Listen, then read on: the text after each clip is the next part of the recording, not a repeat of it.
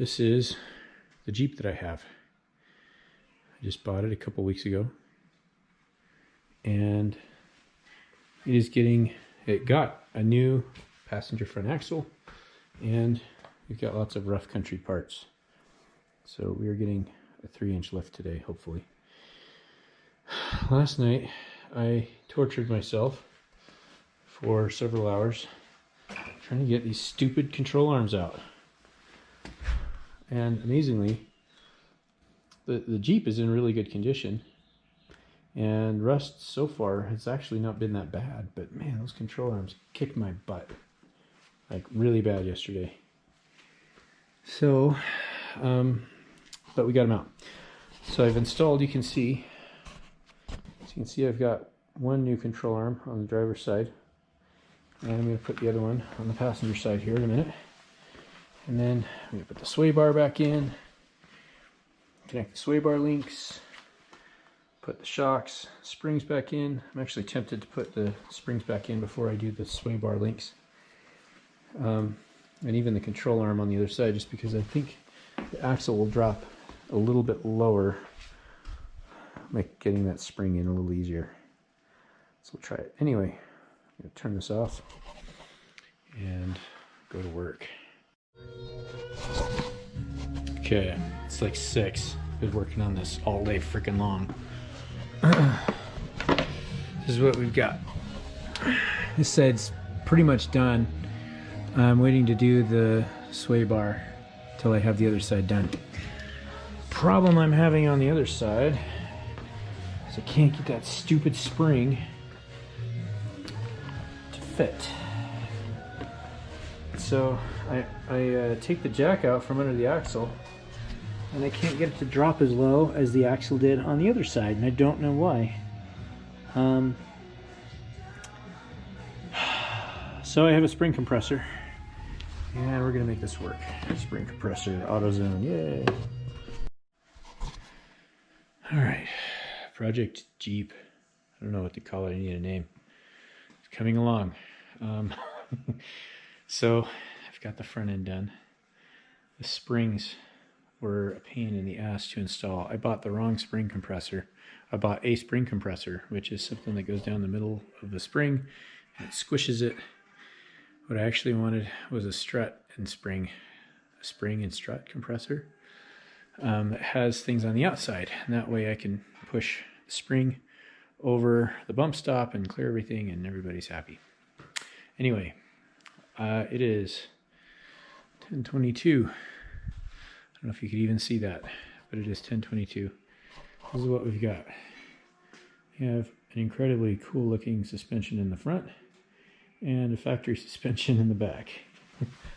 Party in the front, business in the back? Is that what they could say?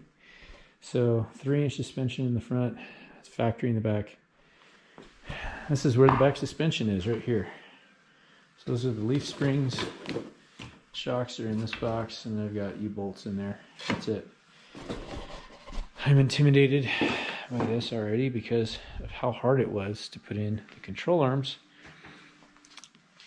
Controllers were a pain in the butt to get out. It was one of the hardest things I think I've ever done with cars.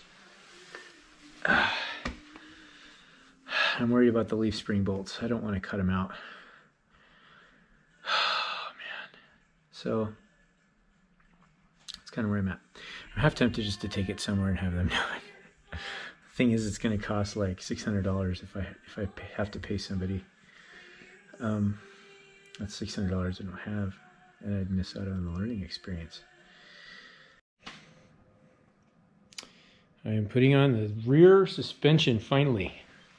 So the instructions say to pull the shocks first, then the U-bolts, then the springs. I'm trying to figure out how to support this, because if I support it by the axle, it's probably not going to work, because the springs are what, aside from brake lines, that's what keeps the axle from rolling off. In fact, yeah, that might be a problem. That's the thing, is I might actually be able to just lift the truck enough so that the wheels are still on the ground, but there's no tension on the springs, and that's enough. Anyway, I'm trying to figure out how to support the vehicle. So here's what I got. Jack stands. The jack stands are not tall enough to be at this height.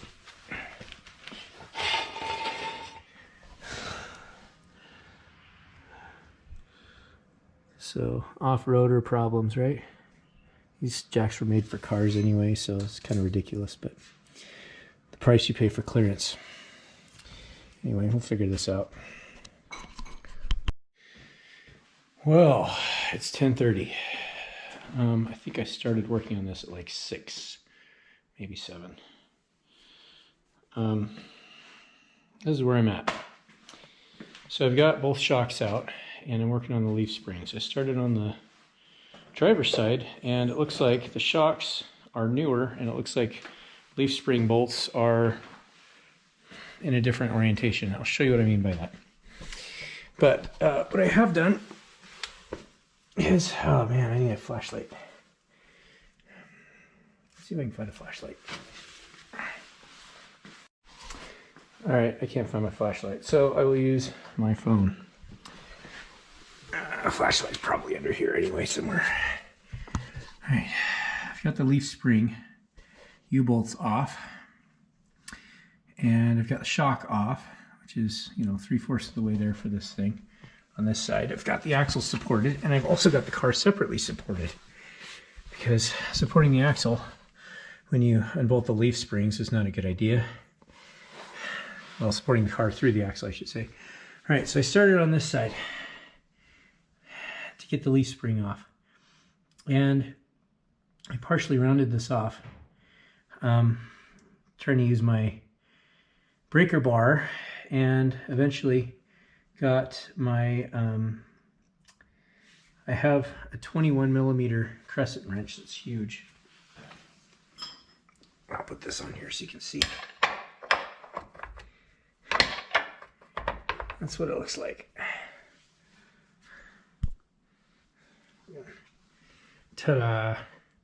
So I put that on, and then I actually put the jack underneath here with a piece of wood, and then I jack the jack up to push this up, to break this bolt loose from the rust.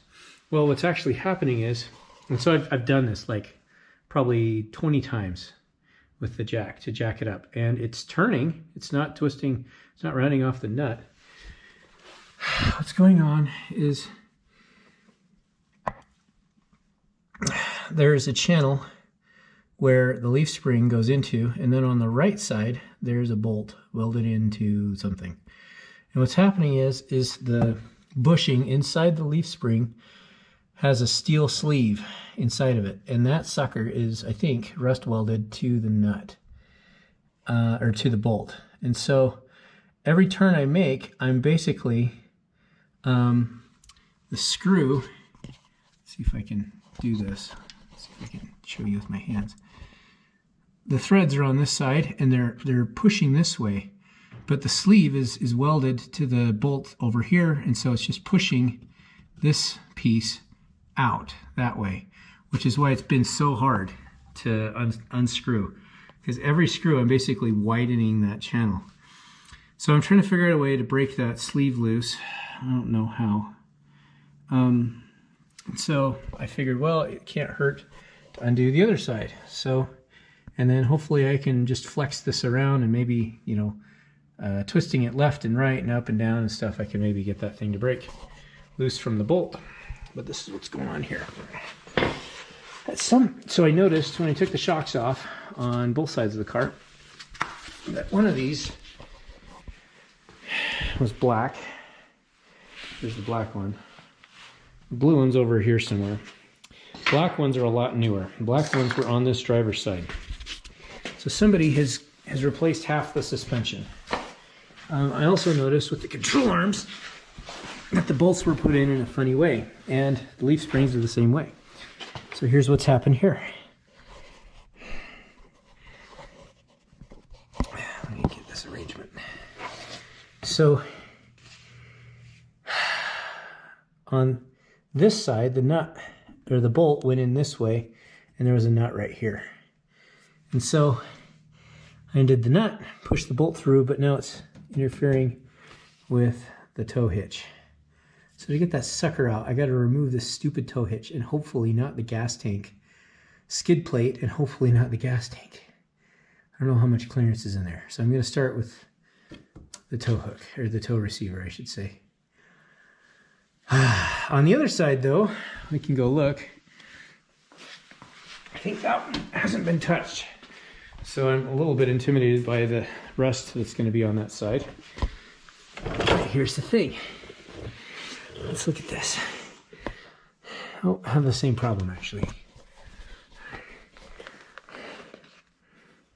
So the nut's over here. That's the bolt. When I undo the nut, push the bolt through, it's going to hit this tow receiver. Actually, it might have enough space to clear, but it looks like we have a little more space on this side than the other side. So that side might be okay. Anyway, pain in the ass. I'm giving up. I'm gonna go to sleep and work some more on this tomorrow.